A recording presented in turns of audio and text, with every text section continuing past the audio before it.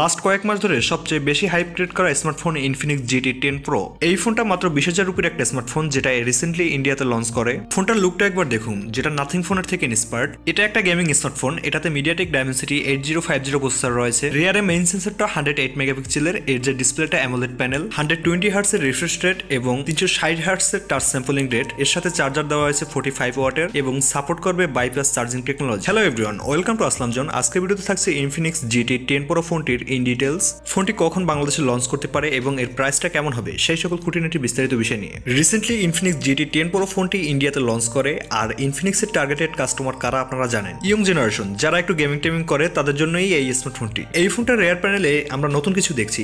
এইরকম একটা প্রাইস সেগমেন্টে এর ব্যাক লুকটা সত্যিই অসাধারণ। যেমনটা বলেছিলাম, নাথিং ফোনের থেকে ইন্সপায়ার্ড। যদিও রেয়ার প্যানেলটা প্লাস্টিক দিয়ে তৈরি, তবে নাথিং এর মতন নোটিফিকেশন লাইট রয়েছে। এর body frame plastic polycarbonate build, প্রয়োজনীয় পোর্টস এন্ড বাটন সবকিছুই দেওয়া আছে। উপর দিকে রয়েছে সেকেন্ডারি নয়েজ ক্যান্সেলেশন মাইক, সাথেই রয়েছে স্টুডিও স্পিকার। সাউন্ড কোয়ালিটি মোটামুটি লাউড অ্যান্ড ক্লিয়ার। এছাড়া থাকছে ইন ডিসপ্লে ফিঙ্গারপ্রিন্ট স্ক্যানার, যেটা এরকম বাজেটে দেখা যায় না বললেই চলে। আর এটা অনেক ফাস্ট অ্যান্ড একুরেট। যদিও এই ফোনটা অনেক বড়, তাই ফিঙ্গারপ্রিন্ট স্ক্যানারটা একটু নিচের দিকে মনে হতে পারে, তবে কিছুদিন ব্যবহারের পরে ইউজ টু হয়ে যাবে বলে আশা করি। ফোনটা অনেকটা বড় হওয়া সত্ত্বেও ইনফিনিক্স কিন্তু এখানে ওয়েট ব্যালেন্সটা ভালোই করেছে, তবে স্কোয়ার বক্সি শেপ হওয়াতে হাতে একটু লাগে। তো সবশেষ বলা যায় এইরকম একটা প্রাইস পয়েন্টের মধ্যে এটা একটা গুড লুকিং স্মার্টফোন। এবার যদি আমরা ডিসপ্লে সেকশনে আসি, 6.67 ইঞ্চি সাইজের একটি অ্যামোলেড প্যানেল, ফুল HD+ রেজলিউশনের অন বিলার কালার সাপোর্ট করছে।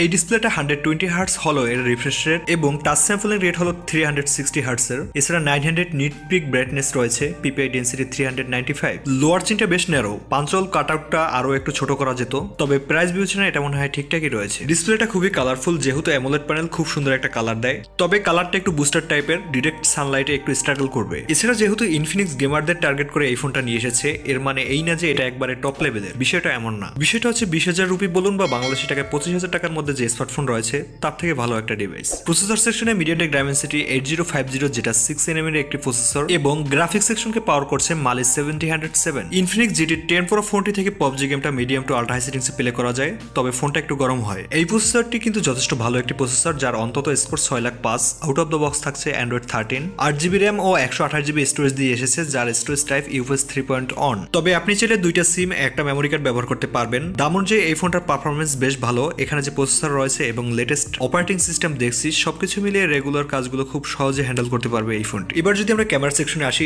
এর রেয়ার 3টি সেন্সর রয়েছে। মেইন শুটার 108 মেগাপিক্সেল, এরপরে 2 মেগাপিক্সেলের 2টি সেন্সর। এখানে আল্ট্রা ওয়াইড শুটারটা খুব মিস করছি, তবে সেলফি ক্যামেরা হিসেবে থাকছে 32 মেগাপিক্সেলের একটি সেন্সর। এটা যেহেতু একটা গেমিং ফোন, সো ইনফিনিক্স ক্যামেরার দিকে বেশি একটা ফোকাস দেয়নি বললেই চলে। মেইন ক্যামেরায় ডিলাইট থেকে লাইট শার্পনেস ডিটেলস ভালোই আছে। ডাইনামিক রেঞ্জটা এভারেজ কাতারে থাকবে। লো লাইটের ডিটেলসে একটু প্রবলেম হয়, তবে নাইট মোড অন করে নিলে মোটামুটি ইউজুয়াল একটা ছবি পাওয়া যায়। হাইলাইট ব্যালেন্সটা ভালোই ছিল। ভিডিও রেকর্ড করা যাবে 180p 30 fps এ। এক কথায় বলতে গেলে এই বাজেটে ভিডিও ইমপ্রুভমেন্টের আরো একটু সুযোগ ছিল। আগেই বলেছি, যেহেতু এটা একটা গেমিং ফোন, সো ইনফিনিক্স ক্যামেরার দিকে বেশি একটা ফোকাস দেয়নি বললেই চলে। ব্যাটারি চার্জার, এই স্মার্টফোনটিতে 5000 mAh এর একটি ব্যাটারি ব্যবহার করা হয়েছে, সাথে থাকবে 45 ওয়াটের একটি চার্জার সিস্টেম, যেটা দিয়ে এই ফোনটিকে অতি দ্রুত চার্জ করা যাবে এবং ব্যাটারি ব্যাকআপটাও অনেক ভালো পাবেন। এই ফোনটি থেকে একজন মিনিমাম ইউজার 1.5 দিনের মতন ব্যাটারি ব্যাকআপ পাবে, আর একজন প্রফেশনাল গেমার 7 থেকে 8 ঘন্টা অন স্ক্রিন ব্যবহার করতে পারবে। এছাড়া ফোনটিতে নেটওয়ার্ক কানেক্টিভিটি অনেক ভালোই আছে। হ্যাপটিক ফিডব্যাকটা দাম অনুযায়ী অনেক সুন্দর ছিল, আর যে বারিস্কোপ সেন্সরটি রয়েছে সেটাও পারফেক্ট ভাবে কাজ করে। সবশেষ বলা যায়, সবকিছু মিলিয়ে 20,000 রুপি মানে বাংলাদেশি টাকায় 25 থেকে 26,000 টাকায় ইনফিনিক্স খারাপ কিছু অফার করছে না। এখন এই ফোনটা কি বাংলাদেশে লঞ্চ করবে? আসলে এই স্মার্টফোনটি বাংলাদেশে লঞ্চ হচ্ছে না, তবে এর আনঅফিসিয়াল ভেরিয়েন্টটি কিছুদিনের মধ্যেই হয়তো বাংলাদেশে চলে আসবে, যার দামটা হবে 25 থেকে 26,000 টাকার মধ্যে।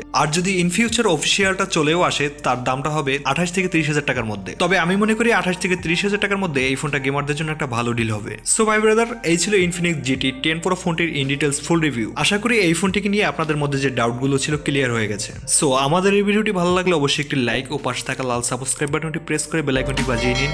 আজকের মতো বিদায় নিচ্ছি, দেখা হবে পরবর্তী কোনো টেক রিভিউতে। সবাই ভালো থাকবেন, সুস্থ থাকবেন।